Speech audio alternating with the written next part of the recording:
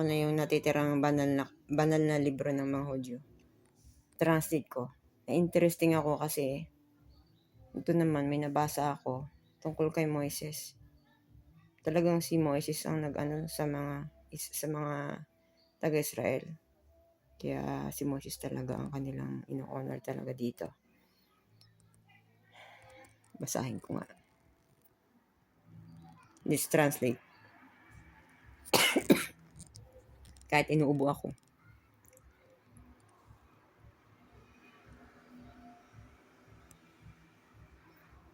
Pag hindi mo inayos ang tapat, hindi natatranslate ng maayos. Ang Panginoon,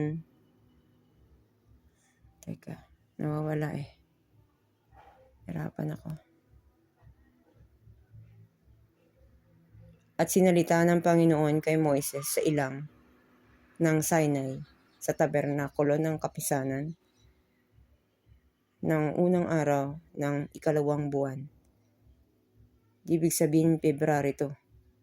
Ng 2 taon, pagkatapos nilang makaalis sa lupain ng Ehipto. At sinabi, bilangin mo ang mga bahay. Bilangin mo ang mga sa bahay-bahay, ang buong kapulungan ng mga anak ni Israel. Lalaki ng Israel ayon sa kanilang mga angkan, ayon sa mga sambahayan ng kanilang mga magulang, ayon sa bilang ng kanilang pangalan. Bawat lalaki sa kanilang mga tolda. Mula sa mga anak ni Israel, mula sa 10 taong gulang na pataas, lahat ng lumalabas sa Israel sa pakikipagdigma.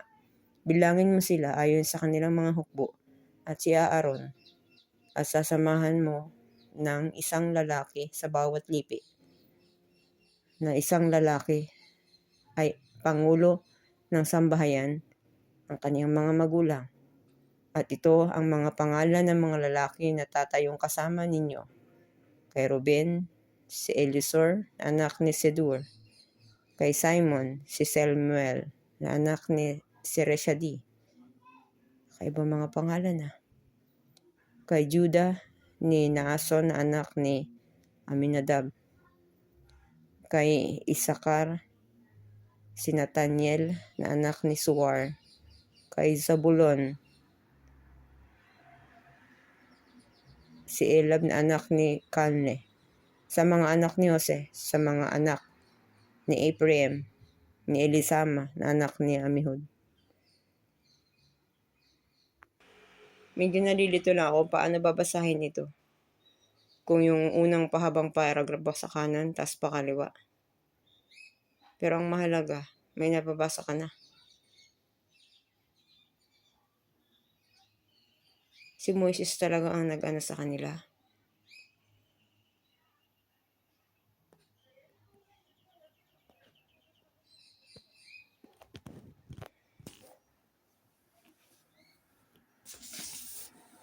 Mahirap maghanap ng banal na libro ng Hebreo.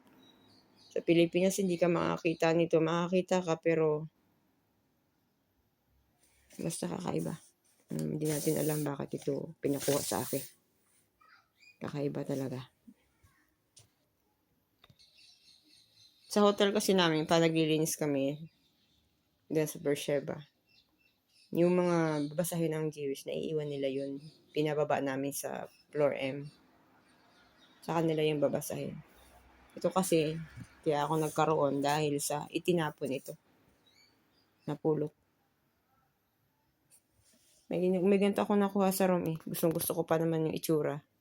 Pero may parang medyo may sira na yung cover. Pero tinatabi pa rin nila. Taka lang ako bakit ito ay itinapon na. Baka walang may-ari nito. Baka ang may-ari nito ay rabbi. Dahil marami na siyang, minsan kasi diba sa simbahan may mga babasahin tayong parang libro. Tapos hindi na ipamigay dahil marami na silang ipinagawa. Walang nakasulat na pangalan yun. Diba?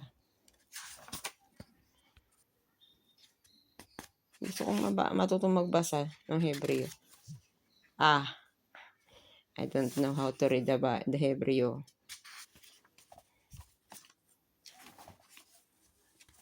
Maganda siya. Maganda siyang basahin. May matututunan ka. Kung ano ba yung mga bawal sa kanila at bakit nila ginagawa ito. Kapag nabasa mo ito, malalaman mo yun kung bakit ganun ang pananampalataya ng mga Israelite kay Moises.